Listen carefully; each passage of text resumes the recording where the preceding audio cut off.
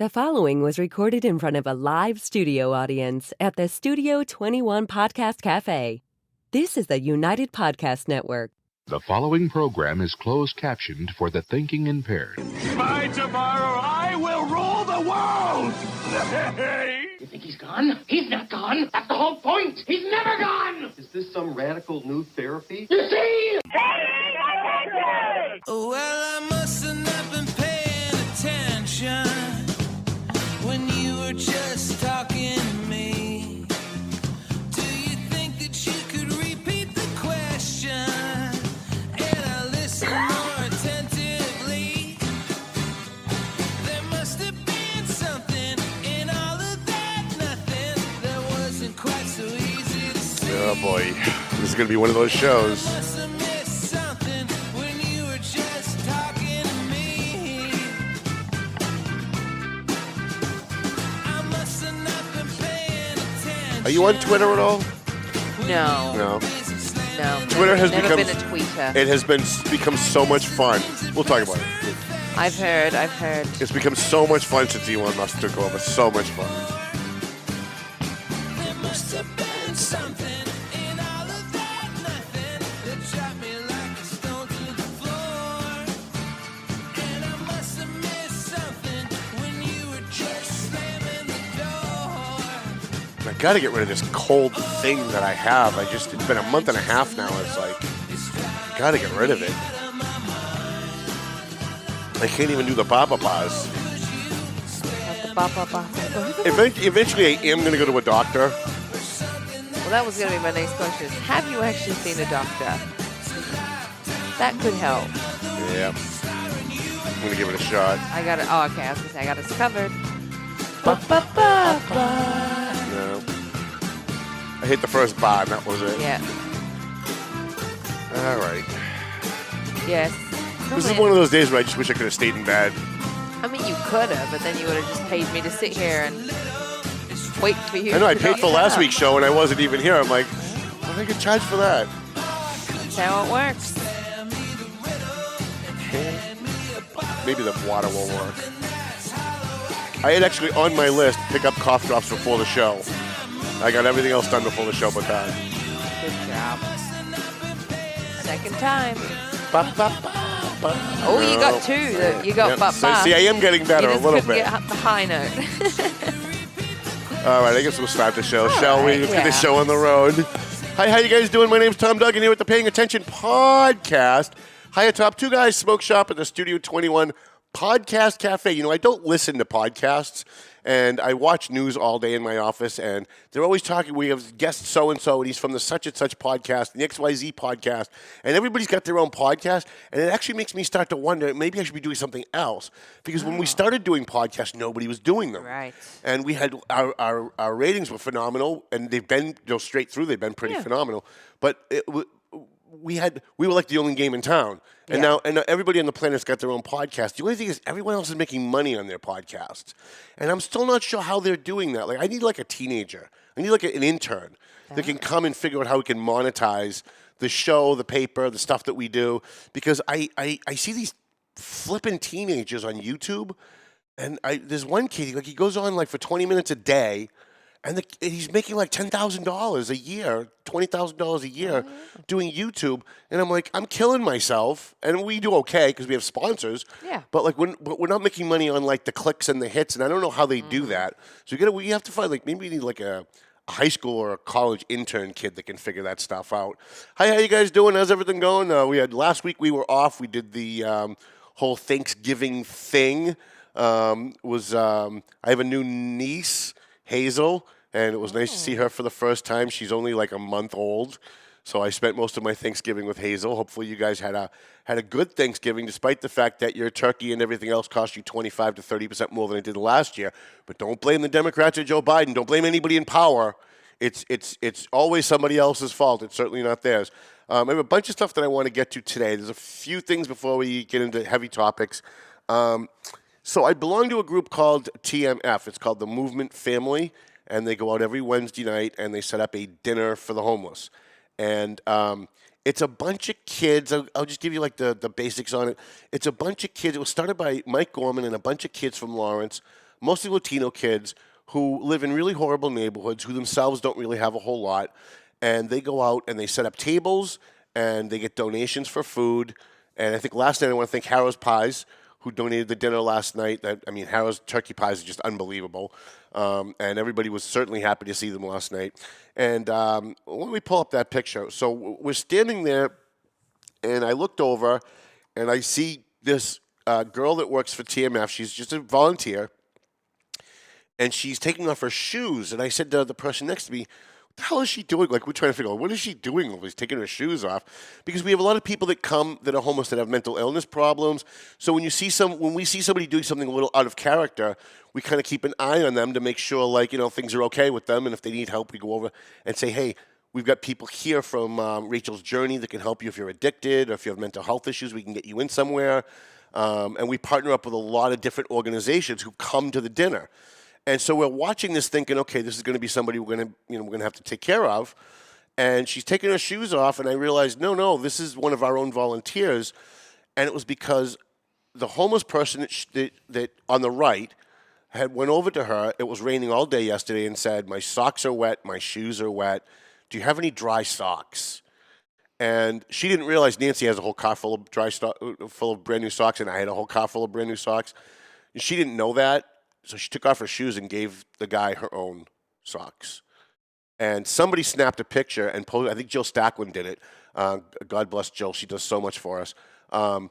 Took a picture and posted it on Facebook to show people the kinds of giving that you have in the city of Lawrence.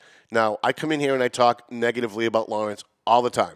There's a lot of shootings, a lot of fires, there's a lot of things that go on in Lawrence, a lot of political turmoil, although in the last year it's been much better since Brian came on board, but there's still a lot of political turmoil, and we talk about those things. But the city of Lawrence, after everything that they've been through, the Columbia gas explosions, the COVID, Lawrence, by the way, had the highest COVID transmission in the state straight through 2020 because there's like 47,000 nursing homes in Lawrence. Lawrence has been through a lot. And yet the people of Lawrence, especially the kids, the younger people, I know I dump on the younger people and the millennials a lot, Generation Z or whatever they're called, but the kids in Lawrence are the most giving people I have ever seen in my life. And I've done like a lot of charity stuff. I've gone and covered as a reporter a lot of charity events. I've never seen the things that I see at TMF. I see like last night, people taking off their own socks to give to somebody. People finding out someone needs something and then finding out what tent they're staying at and, what alley they're in, and then going back the next day and bringing them food, blankets, whatever, because they didn't have it at TMF when the person showed up. And that's a testament to the people of Lawrence. So for all of the negative, and I know a lot of people think that every time I post a negative story about Lawrence, I get a flurry of people on Facebook say, all you do is dump on Lawrence. All you do is trash Lawrence. And the fact is, they only pay attention when I trash Lawrence. The fact is, I do way more positive stuff about Lawrence than I do negative, and I do it on purpose because nobody wants their own community to be trashed. Even though I don't live in Lawrence anymore, it's where I grew up, and I love Lawrence. I want Lawrence to be better. So when I write a negative story, it's not because I'm trashing Lawrence, I'm a racist, and I hate the Latinos who live there, and all the bullshit that you see on Facebook whenever I post a story about a shooting or something. It's my job, okay? My job is to write the news that happens in Lawrence, and a lot of times that's negative.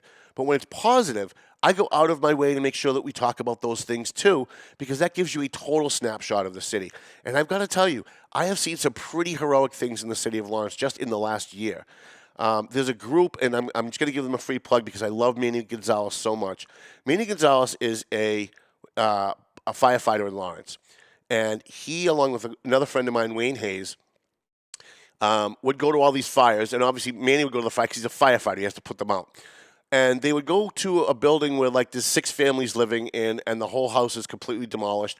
By the way, the Red Cross sucks. The Red Cross will put them up in a hotel room for, like, 3 days and then kick them out.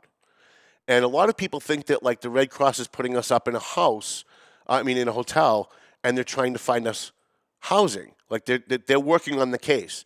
And then they get thrown out and find out, no, nobody's been working on your case at all. You're now on your own. So what Manny and Wayne did is they set up a nonprofit called Heal Lawrence. And it's a bunch of off-duty firefighters and community activists who, on the site during the fire, will get the names of the families that are displaced and find out what they've lost. So sometimes there's a fire, and the people on the second floor, their furniture's okay, but they have to throw out all their clothes because it all smells like smoke, or whatever. They need clothes, or maybe they need a couch, but they don't need a bed. So what they did is they set up online like a wedding registry, and they post what the families actually need, so that the volunteers or people who want to help out can go online and see exactly what someone needs. Oh, look, you know what? This guy needs a recliner. I've got an extra recliner. We'll donate it to this family. And so what they've done is what government doesn't do, all right? And this is going to go into what we're going to talk about later on. What they do is what government doesn't do, solve the problem. Okay, government never solves the problem. Government usually makes it worse. And some of these nonprofits, most of these nonprofits, especially if they're not local, they're all full of shit. They're not about helping people. A nonprofit doesn't mean they don't make money. All right, people need to understand this about nonprofits because it's a fight that I deal with almost every day in my office. Nonprofits are not, being a nonprofit doesn't mean they don't make money. A nonprofit means that at the end of the year they have to zero out their budget. So places like Lawrence Community Works that gets millions of dollars in grants and donations every year, at the end of the year, if they've got $1 million left in the bank, they have to spend it. So what do they spend it on? Themselves. They give themselves raises and bonuses and all the people that work there. Everybody gets a free bonus. Everybody gets a Christmas check because they have to zero out their account. Then you get places like here, Lawrence.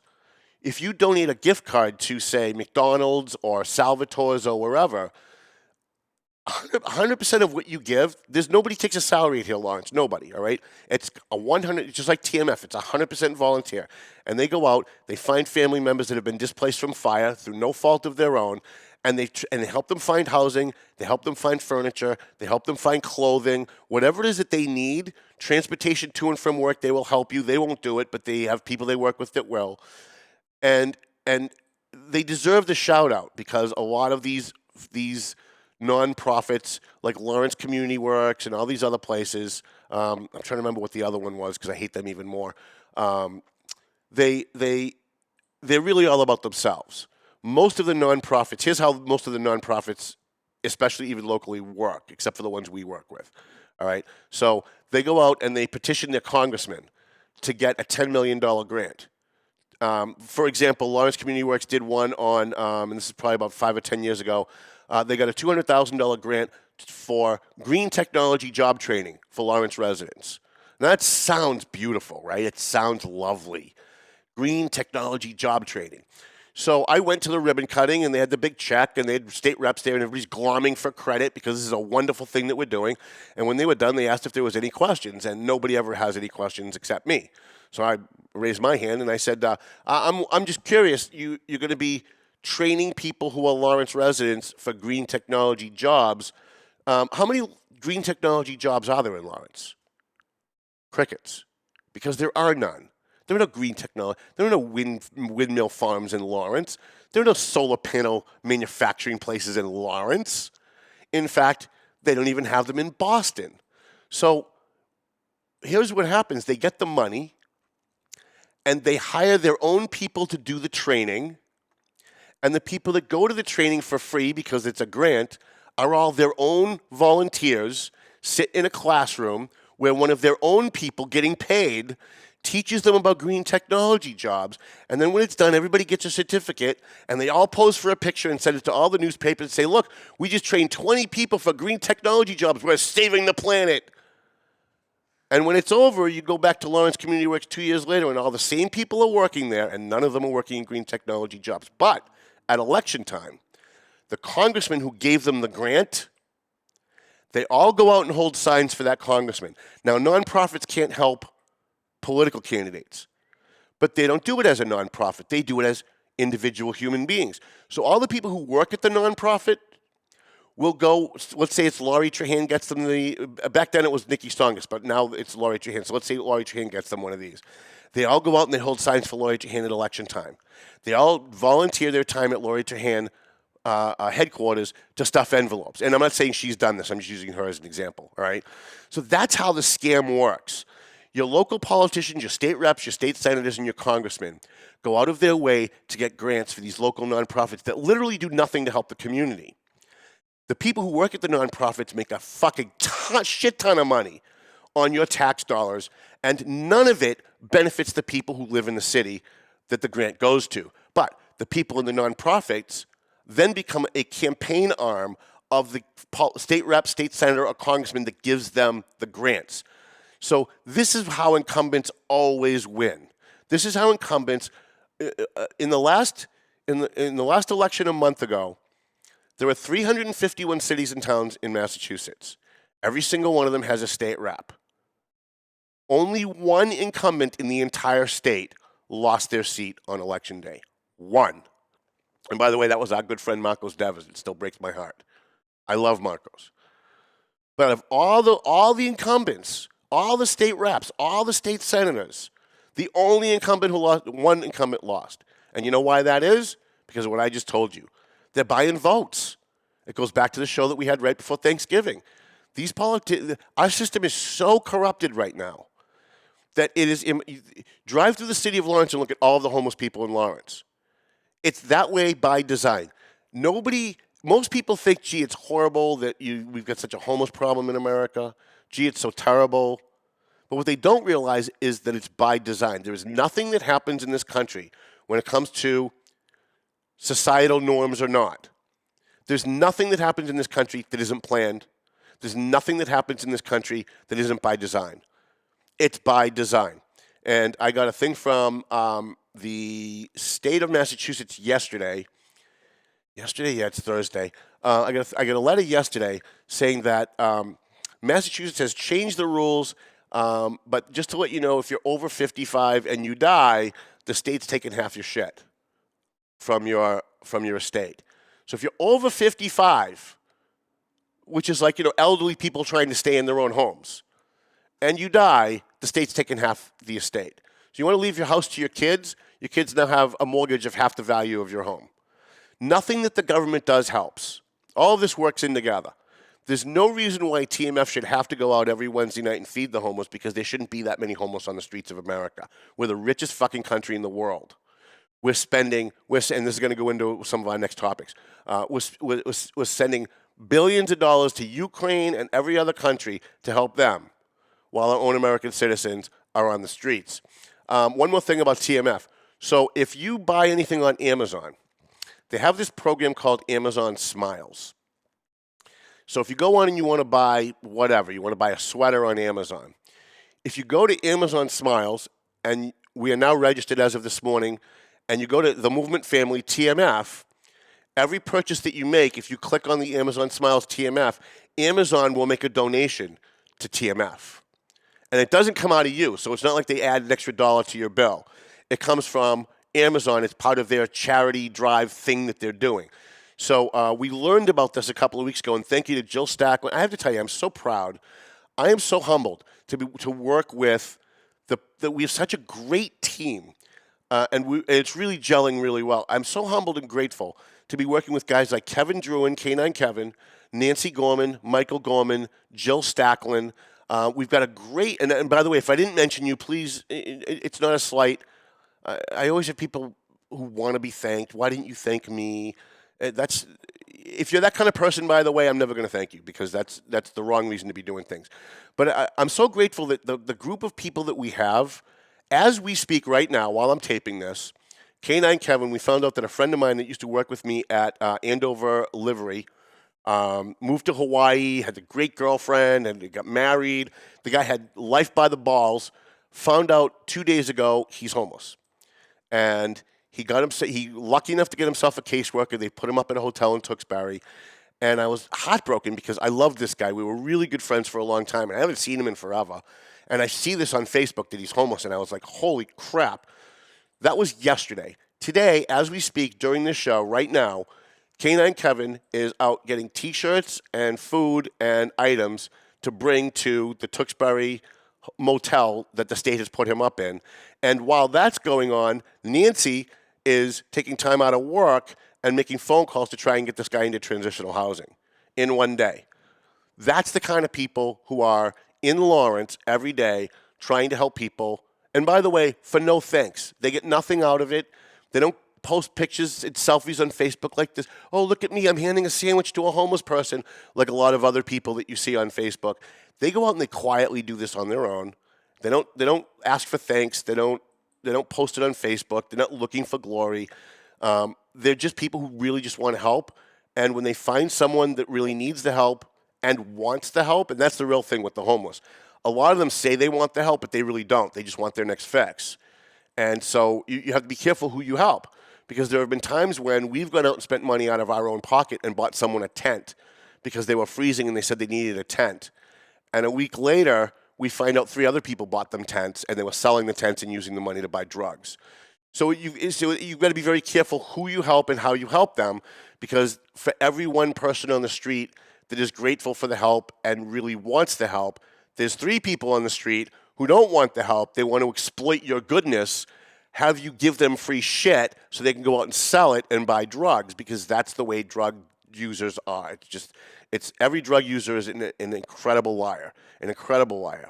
And it's hard sometimes, even when you're doing this every day, it's hard to tell who they are. So I want to shout out to TMF, especially that kid. I don't know her name. I think it's Emmy, but I'm not sure. The girl that gave someone her socks. I saw it on Facebook. It was so incredible. I said, I have to take some time out of my show to talk about that. And I also want to thank Scott and Judy Flagg, who came last night and made some donations. They're from Methuen. They're not even from Lawrence, and they came into Lawrence to help. And Mandra, and I know I'm going to say her name right, is Bisconet, I think, who used to do a show right here called The Writer's Block. That's how I met her. She showed up with her husband on Thanksgiving night, the night before Thanksgiving, for Thanksgiving dinner for the homeless, and they brought sleeping bags and blankets. And so we want to thank them as well. So where do we want to go first? Let's talk a little bit about Neil Perry. So I came in on the show a couple weeks ago. We talked about Neil Perry giving a job to a city councilor's brother. Now, it doesn't matter one way or the other whether it's it was Jim McCarty's brother, but it doesn't really matter which city councilor it was. It could have been Jessica's brother. It could have been Eunice's brother. He still gave a job, which is nepotism, to the brother of a city councilor who votes on his budgets and proposals. And so we came in here and we talked about it, and I wrote a story. And apparently Neil Perry spent about 10 minutes on his podcast, which I watched it 3 days after the podcast. He had 83 views. So it's not really, in a way I shouldn't even talk about it because I'm getting him views. But he made a couple of comments during his show that I thought were a little funny, not in the clip that we're going to play, so I want to address them. I brought up the issue of nepotism and hiring a city councilor's brother, and for some reason, he said on his show, well, there's a lot of family members who work for the city, and I'm not sure why he said family members. I don't know what that means. Family members of who? And he started talking about Bill Manzi's son. Now, Bill Manzi's not on the city council. Bill Manzi's no longer the mayor of Methuen. And, by the way, I have never once mentioned Bill Manzi. This never had anything to do with Bill Manzi. But he knows that Bill Manzi's a friend of mine. And so he's trying to put a wedge between me, and there's no question in my mind that he's run back to Bill Manzi and said Duggan was trashing your kid. But thank God all of my shows are up online. So you can go back and you can watch that show from the week before Thanksgiving, and you can see that never once, because Bill Manzi's not a city council, so that's not nepotism, Mr. Perry. So stop trying to confuse people with issues that were not even brought up in order to cover up the fact that you hired the brother of a city councilor. But there is one thing that he said that I thought was interesting and that we should talk about. He starts off saying that one of the facts in my column, in my Valley Patriot column from this month, was that he sends out press releases when he hires people, and that he didn't do that for Jim McCarty's brother. And he comes on and he starts with, well, yeah, but we don't really do that. When we hire police officers, we don't announce that. Well, if that's true, Mr. Perry, how come in the last 3 to 5 Valley Patriots, we have had pictures of the new police officers and the new firefighters that you hired? Where did we get that? We got it through the city. The city does send out press releases when you hire a police officer, not just a department head. So he tries to, it's a lie by confusion. He tries to get people to think that what I said was that every hire goes before the city council. I've never said that. In fact, I never once said that this was a position that had to go before the city council. But he brings that up to confuse you. The fact is, and what I've pointed out and will continue to point out, is that you have a city council who votes on his budgets and proposals, and he hired the brother of not just a city councilor, but a city councilor who kicked the shit out of him and called him corrupt and a liar for 3 years, and then made a deal with him, and suddenly Jim McCarty's carrying his water. And then Neil Perry endorsed him for state rep. And then after he loses that election, hires his brother. That's what I reported, and that's what I said. Never said anything about Bill Manzi. Never said anything about him having to go before the council and being a bad guy for not putting this job before the city council. But I did say that the city sends out press releases every time you hire somebody. And it's not just department heads. That's just a lie. But he said something else, and I want to get to that I want to address, because this is what it's about Neil Perry, right? But I want you to see big picture, because every fucking politician does this, and it's so infuriating. They try to make you the issue. He tried to make me the issue, as if when he was coming here doing my show every month, if he had hired Jim McCarty while we were still friends, I never would have brought this up. That I'm just mad because he won't come and do my show. Let's listen to what he has to say. Anybody on the police department or fire department from sergeant up, and assistant department heads and department heads, those are the only ones we do press releases. Lie. And those are the only ones that go to city council. That's true. It doesn't require a discussion with council. Didn't say it did. It's the job of the executives to do the hiring. So dispel the rumors. Step away from the fantasy.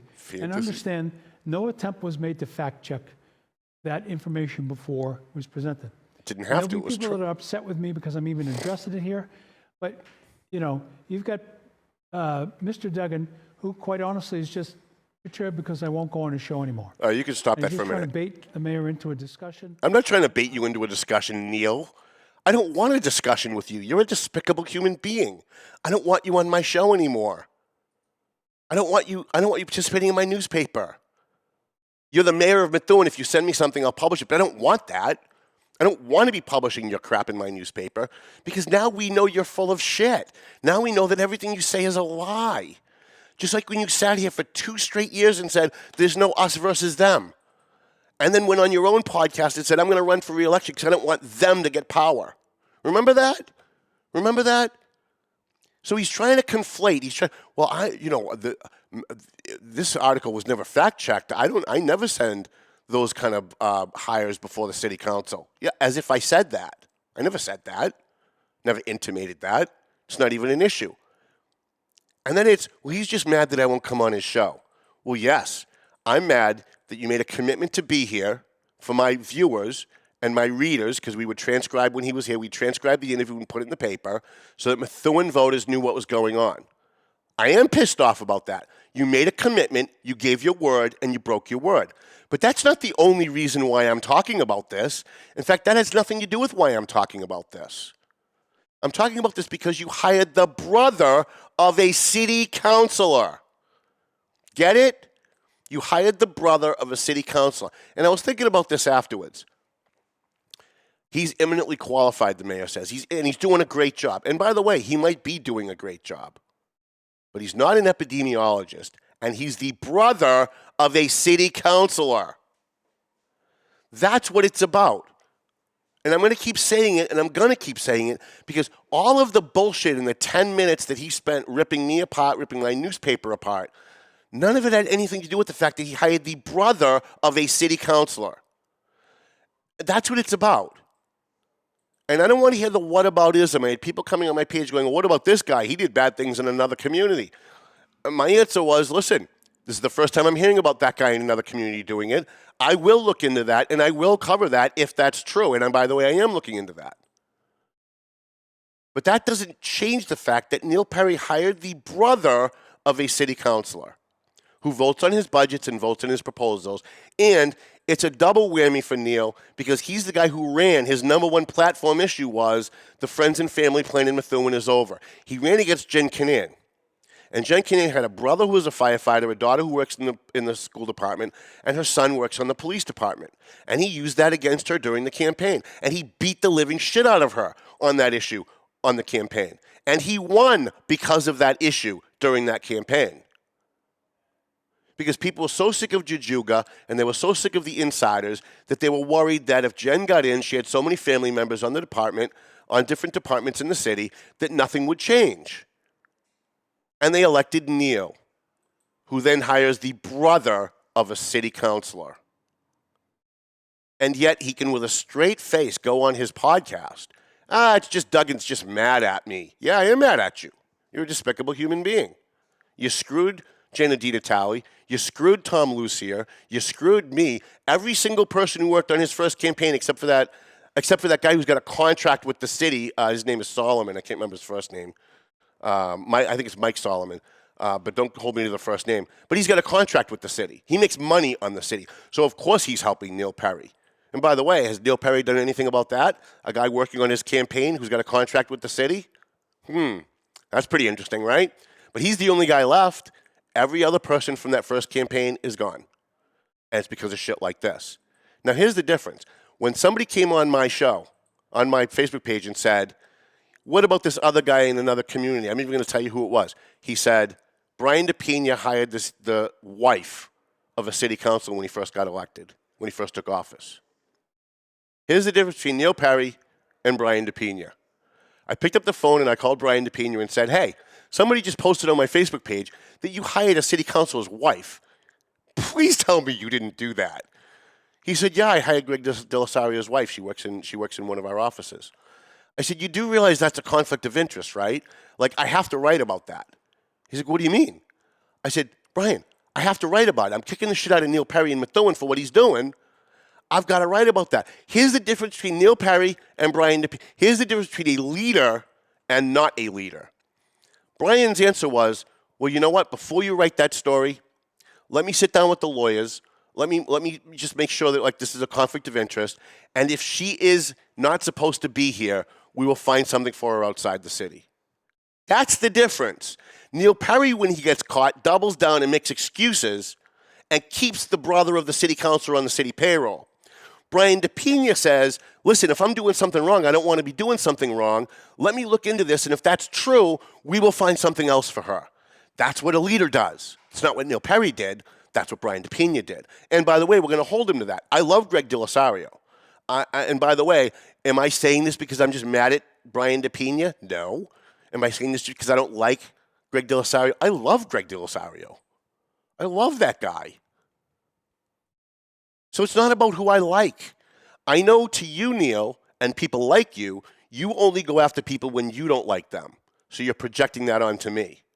I know all of these politicians, let's look at a 30,000-foot view. They all do this. Someone comes out and catches them doing something wrong, and they make it about the person who caught them, not about the issue of what they did wrong. And that's the problem here. Now, this guy might be the best worker that the city of Methuen's ever had, but he's the brother of a city councilor. Sorry, he shouldn't be there. He shouldn't be there. But Neil Perry, he's going to double down with his 83 viewers on his little podcast that he does. And it's really sad because, you know, I bought into it. When he first ran, I actually cared about the guy. When his mom died, I cried. Like when I found out, and I loved his mom. His mom was one of the most wonderful human beings I've ever met in my life. I felt bad for the guy. Like I called him every day, and he's like, I can't quote on what's going on in my office. I'm like, no, I'm calling to see how you're doing. Like I know, you know, your mom passed away, and this is your first Thanksgiving, your first Christmas without her, and you know, if you want to go out and have a drink, just let me know. We don't have to talk politics. We'll talk about the Red Sox. I don't care. So it has nothing to do with whether I like someone or I don't like someone. Even when I like someone like Brian DePina, I'm going to come in here, I'm going to tell you what's going on. That's my job. Because as I said on my previous show, the people elected to hold elected officials accountable never do their job. They're not there to hold the mayor accountable. They're there to get favors from the mayor. Because it is now 3 weeks since I broke that story. and not one city councilor has raised an objection. Not one. It's especially you would expect from the council president, who had nothing to say. All right, I had 20,000 other things to get to. We got 5 minutes left in the show, right? See how that works? We're going to have to do like a whole cleanup show where I just breeze through all this stuff. If you've been following Twitter has been so much fun since Elon Musk took over. God bless Elon Musk. Maybe he'll turn out to be the Antichrist. We don't know. Because at the beginning, like with Neil Perry, at the beginning, you love them because you think that they're one thing, and then later on they turn out to be something different. And I hope Elon Musk doesn't turn out to be something different. But he took over Twitter, and the left in this country has lost their collective fucking minds. They are going apeshit. Because God forbid there's free speech on Twitter now. They thought that they had all of the platforms of social media locked up, so that if you're a liberal, you could say whatever you want. In fact, I've seen liberals on Twitter, prior to Elon Musk taking over, call Clarence Thomas the N-word. Called him a house N-word, okay? And didn't get banned on Twitter. But Tom Duggan posted on Twitter to Rob Reiner, the meathead from All in the Family, where he's talking about how we should put Trump in jail. And I said, yeah, let's hang him before he even gets a trial. I got banned from Twitter for that because that was encouraging violence. But the guy who said that Clarence Thomas was the N-word, and I screen captured it and I reposted it asking why Twitter wasn't banning this guy, was because he's a liberal Democrat. And he's attacking a conservative, and even though the conservative is black, racism's okay. If someone's a conservative, racism's okay if you're on the left. That's their hypocrisy. So now that Elon Musk has taken over, all that foolishness has stopped. And now what the liberals are doing is they're going on Facebook under fake accounts and posting pro-Nazi stuff. So they can screen capture it with their other account and blast it out to their 1 million followers and say, see, since Elon Musk took over, there's all this Nazi propaganda on Twitter. We have to stop free speech. Listen, you don't have to stop free speech. You know how you stop misinformation? And by the way, there's no such thing as misinformation. People can be wrong about things. I have a friend that thinks that we never landed on the moon. He thinks that it was all done in a Hollywood studio and that the government faked us out. Now, that's wrong. We know that we went to the moon. We know that. But who knows? Maybe 20 years from now, we might find out we were wrong. So can we call it misinformation? I don't think that we can. And by the way, there's no such thing as hate speech. Hate speech was invented by communists to stop free speech. There is no such thing as hate speech. Yet if you poll 20 random high school graduates that have been graduated within the last 5 years, and you ask them if hate speech is an exemption to the First Amendment, they'll tell you yes, because that's what they're being taught in their government schools. So Elon Musk takes over Twitter, and now we're finding out, and the greatest thing about him taking over Twitter is he now has access to all the data of all the shit that happened before he got there. And he's now starting to tweet out that Twitter illegally influenced the last 2 elections.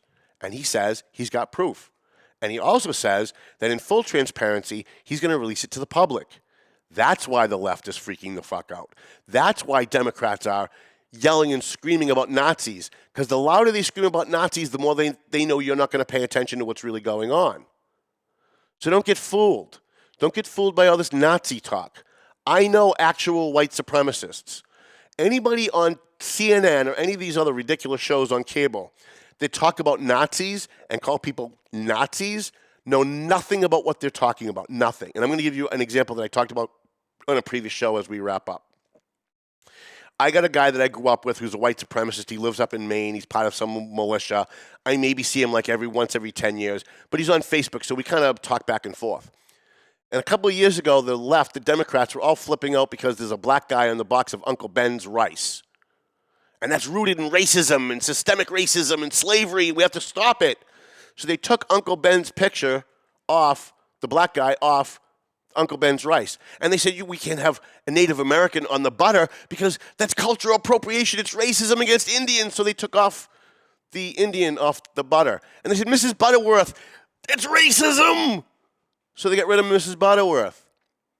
So while all this was going on a couple of years ago, I picked up the phone and I called my friend up in Maine, who is a white supremacist, and a proud white supremacist, believe it or not. And I said to him, Danny, listen, What do you think about all this stuff about taking stuff off the food? You're a white supremacist. Does it hurt you guys at all? You know what he said? He said, I love it. He said, I love it.